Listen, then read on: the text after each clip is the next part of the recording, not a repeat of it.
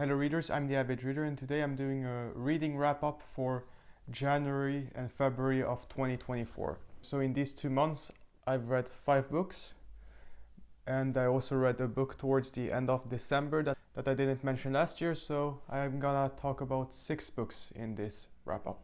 And I'm reading a lot less than usual because I'm busy with other stuff and reading other types of stuff. So for example, I'm reading right now also the latest issue of Foreign Affairs. I've also been reading a magazine about my favorite K-pop bands, and I also have started the practice of DNFing. So there are several books I've commenced this year that I stopped reading after 50, 100, 150 pages or so, just because they bored me or annoyed me after a certain time. When I read for leisure, I have really tried to enjoy what I've been reading this year. With that said, let's get into the last book I read in 2023, Be Useful by Arnold Schwarzenegger.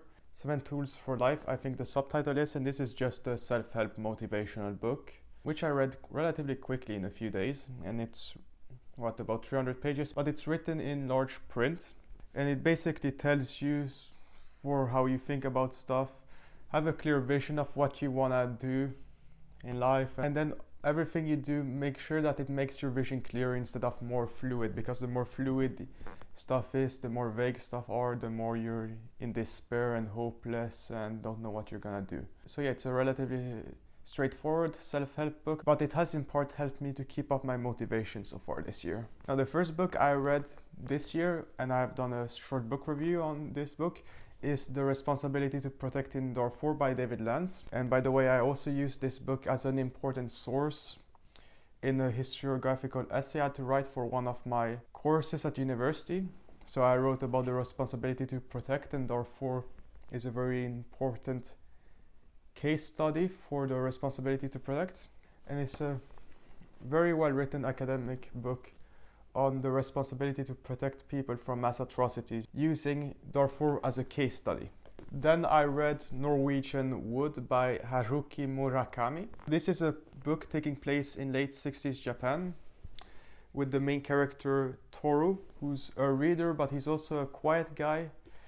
He doesn't really have any purpose of what he wants to do with his life, and he's a bit lonely, and he meets some special women such as Naoko, who has her own mental issues, and then you have Midori, who's a much more sensual woman, and then you also have another character called Reikyo, who's a friend of Naoko, who also has her own screwed up problems in her past. And you have a bunch of other interesting characters such as Nagasawa, who's a student who has good grades but has questionable morals, who hangs out with Toru, and they just go around and sleep with girls. And you see Toru develop throughout this book, questioning who he wants to be with, because he's very attracted to Naoko, but then you have Midori who kind of wants him also. So it's an interesting kind of love triangle. It's also a very sexual book, so keep that in mind if you don't like that type of stuff. But for me, this is just a good book which reflects the issues that young male students feel in contemporary society, and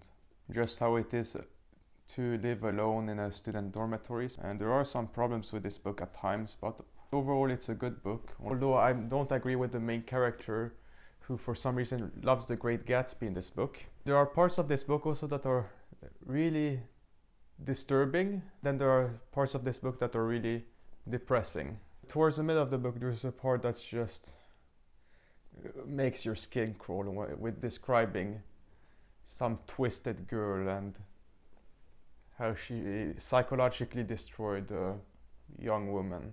Yeah, an interesting novel. I did start reading another Murakami book recently, but I DNF'd it because the narrative was not really coherent. This book is very coherent as a narrative overall, so I enjoyed it. I may or I may not read more Murakami novels, we'll see. I did read a short story collection of Murakami in high school, so we'll see, but I definitely appreciate this book a lot.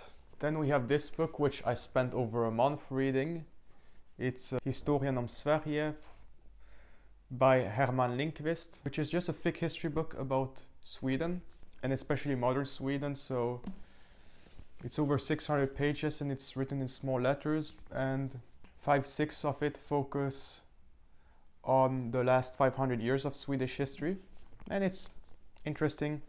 I learned a lot of interesting stuff about Swedish history. After reading this, my favorite Swedish king is definitely Gustav the Third, which allowed free speech in Sweden and enterprise during the 1770s and 1780s. So you could call him a truly enlightened despot.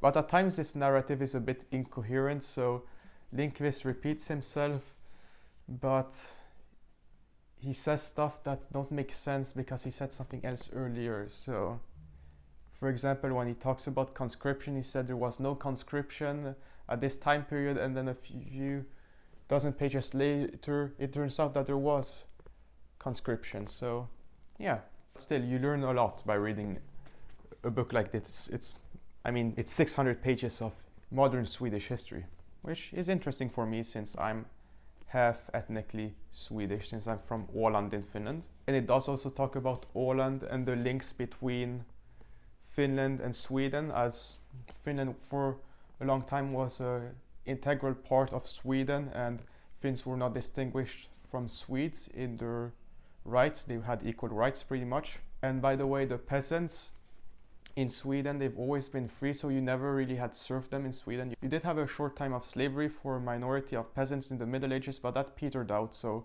throughout all of Swedish modern history, unlike almost all of Europe, you didn't have serfdom.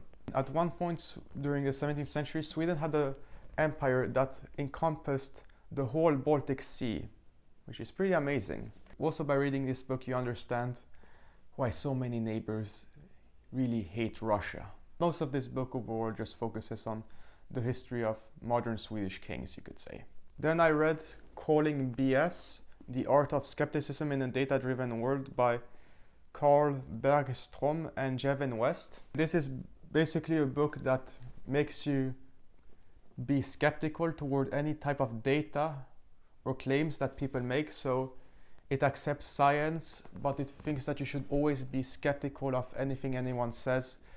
And you can question stuff very easily because people spread misinformation and disinformation regularly. That's the topic of this book. And there are several tools you can counteract that with, which are discussed in this book, but there are also many ways to spread BS. And yeah, it shows, for example, how graphs can be manipulating at times. If the first glance of something you see, it's not what it looks like, then it's BS, you could say. And then there are concepts like you have people who just say stuff but it doesn't mean anything, word salad, just to confuse you and to feel smarter than you, which is also BS. And then you have the concept of mathiness, where you use equations to make some big claim, but it doesn't really prove anything and it's not really rational, it just looks smart. Which for me is a pretty good way of summing up Keynesian economics. It's just a bunch of equations that unpretentious people do not understand. So yeah, I would say it's a good book. One flaw I would say with this book is that it doesn't distinguish between the hard and the soft sciences, or the natural sciences and the social sciences. It is much easier to find out the truth, or to get closer to the truth, for natural sciences or hard sciences such as biology, physics, or chemistry, because you can do controlled experiments. The same is not true for things such as sociology, economics, and other social sciences. So I would have appreciated a larger discussion about the different types of sciences you have. You cannot lump all types of sciences together. That's one of the main problems in academia right now, where you have people who pretend that you can apply math to everything and make it work, which isn't true. Economics does not necessarily become smarter because you implement a lot of math in it. However, physics becomes smarter when you do implement math in it. So there are big differences between the natural and social sciences that this book does not discuss. But overall, it's a good book. I would definitely recommend it, especially to understand how graphs and statistics are used to manipulate you, and how often the media says stuff that doesn't make any sense, and that if you just stop and think about for a minute, it doesn't add up. And why is this important? Well, there's the example of fake news purporting that the Israeli defense minister said that if Pakistan does something in the Middle East, they will threaten them with nukes. And then Pakistan's defense minister fell for those fake news and threatened Israel with nukes themselves. So misinformation and disinformation can escalate to bad stuff. As you can see with a fraudulent paper that promoted the idea that vaccines cause autism, and now you have a bunch of Americans who are scared of vaccines.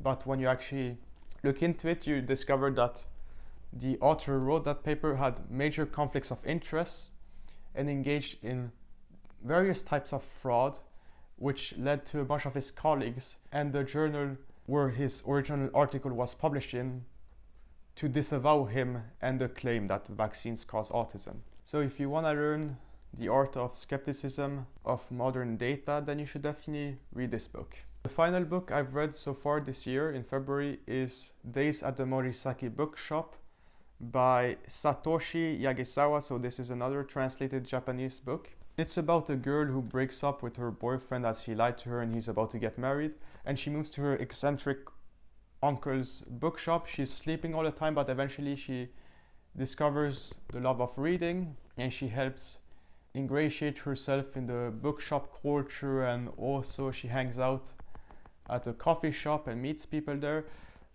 So that's the first half of the book, which is overall good, and it helps her develop character and overcome her trauma of being dumped like that.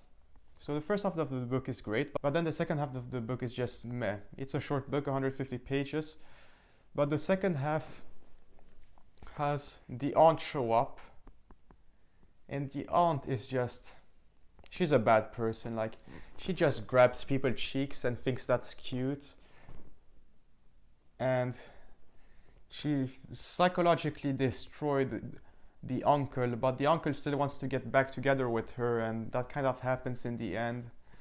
So yeah, the aunt is supposed to be likable because she's sick, has cancer or something like that, but no, yeah, I didn't like the second half of the book. There were some elements that were good in the second half of the book.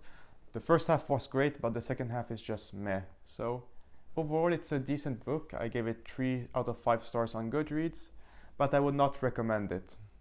And since it's such a short book, 150 pages, the characters and the story are not that well developed, actually. So those were the books I've read in January and February.